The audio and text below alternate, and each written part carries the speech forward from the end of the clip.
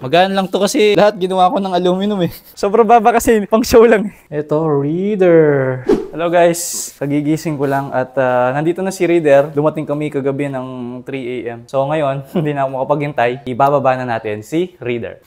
Tara, baba na natin. Magaan lang to kasi lahat ginawa ko ng aluminum eh. Pagbuhat, wag muna ibababa. Tatama kasi yung titanium. Atras, tas lutang lutang. Hanggang sa dulo ng gulong, pwede na ibaba. Oh, baba mo lang dyan. Tuko, yan, okay. Tapos dito na lang. Oh, sige, sapo ko naman. Oh, so walang side stand yan. Sobrang baba kasi pang show lang. Okay, okay.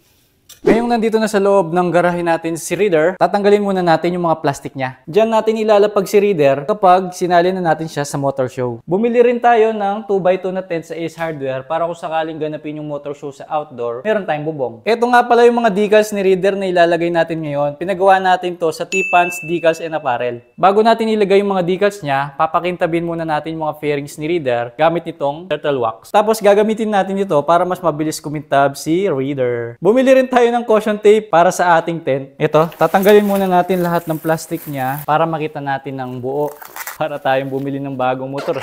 De, pinaplastic natin siya para hindi magasgas at hindi maalikabukan para hindi na tayo masyado maglilinis pag nilapag na natin siya sa motor show.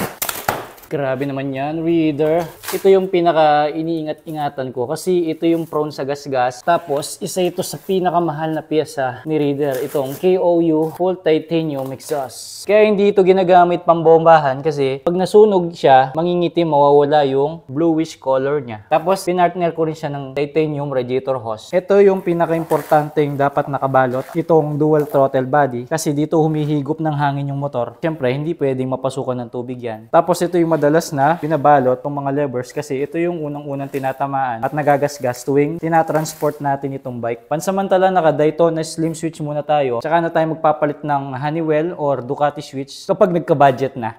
Sa ngayon, dahil wala kaming mahanap na flat seat, pina-forged carbon muna natin itong upuan ni Reader. Hindi naman maselan yung unang lalapagan nating motor show, kaya okay naman. Pero pagdating sa NGO Philippines Motor Show, meron tayong rules na sinusundan dyan. At dahil halos lahat ng pyesa ni Reader ay gawa sa aluminum, kaya nagpalit din tayo ng aluminum gas tank. Advice nga pala ng mechanic sa atin, napaka-importante na laging bago yung baterya natin at laging nasa kondisyon. Dahil ang gusto ng ating dual throttle body, na tuwing ini-start natin siya, dapat malakas yung power ng baterya natin. Kung hindi ka naman makabili ng bagong baterya, pwede ka naman magdala ng battery jump starter or battery tender. Sa pagsali ko sa mga motor show, unti-unti akong natututo dahil sa mga taong nag-a-advise sa akin, mga followers ko, mga subscribers ko, sa mga piyesang dapat ilagay. Kagaya rin itong aking Elbs Nandor Pro, lahat ng piyesa na yan ay advice sa akin ng aking mga followers. Kaya yung mga nakalagay dyan, masasabi ko isa sa mga top brands na. Tapos kaya naman puro product ni Rowan ang mga piyesang nilagay natin dito. Gaya ng sabi ko dati, mas maganda yung hindi chapsuy yung piyesa. Lalong-lalo na yung piyesa ni Rowan, kumpleto naman. Tapos ang special sa kanya, meron siyang CNC cylinder head cover. Tapos may tatakpang Rowan. So marami tayong piyesa na galing sa kanya. Like ito, BRD dual throttle. At marami pang iba. Yun, no?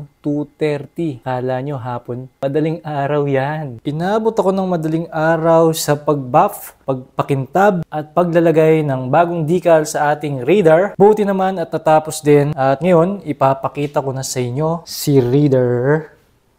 Ayun, no?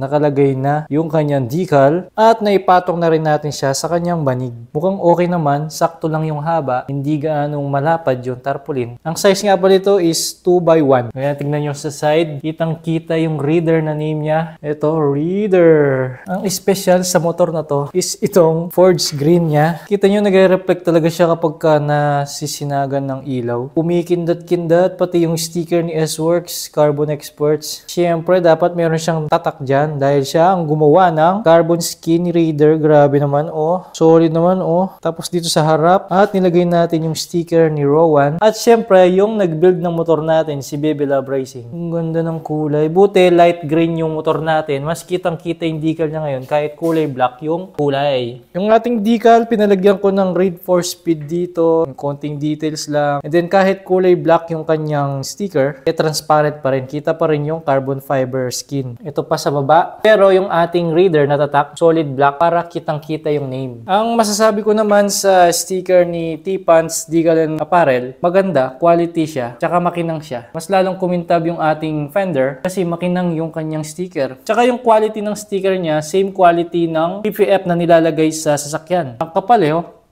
Mas naging buhay yung design ng motor natin dahil sa decal. Hindi na siya boring tignan ngayon. Kahit na ang habol natin is clean look, okay pa rin kasi hindi magulo yung kulay eh. Tapos dito naman tayo sa kabilang side ng motor, binaliktad ko siya. Mas magandang tignan yung right side ng motor kasi nandito lahat ng mabibigat na accessories niya. Like itong front brake system natin. Kitang-kita yung ating white logo caliper and itong napakamahal na Moto3 Golfer. Tapos itong napakalinis na HYB brake hose natin. Combination ng black, silver para mag-match siya dito sa front part ng motor. Itong ating napakakinang na radiator at pati yung ating dual throttle body. Black engine, then silver yung sidings natin. Grabe, solid oh. Ang linis oh. Nakaka-excite ng ilap pag bukas. I-0.5 ko kaya para mas kitang buo yung motor.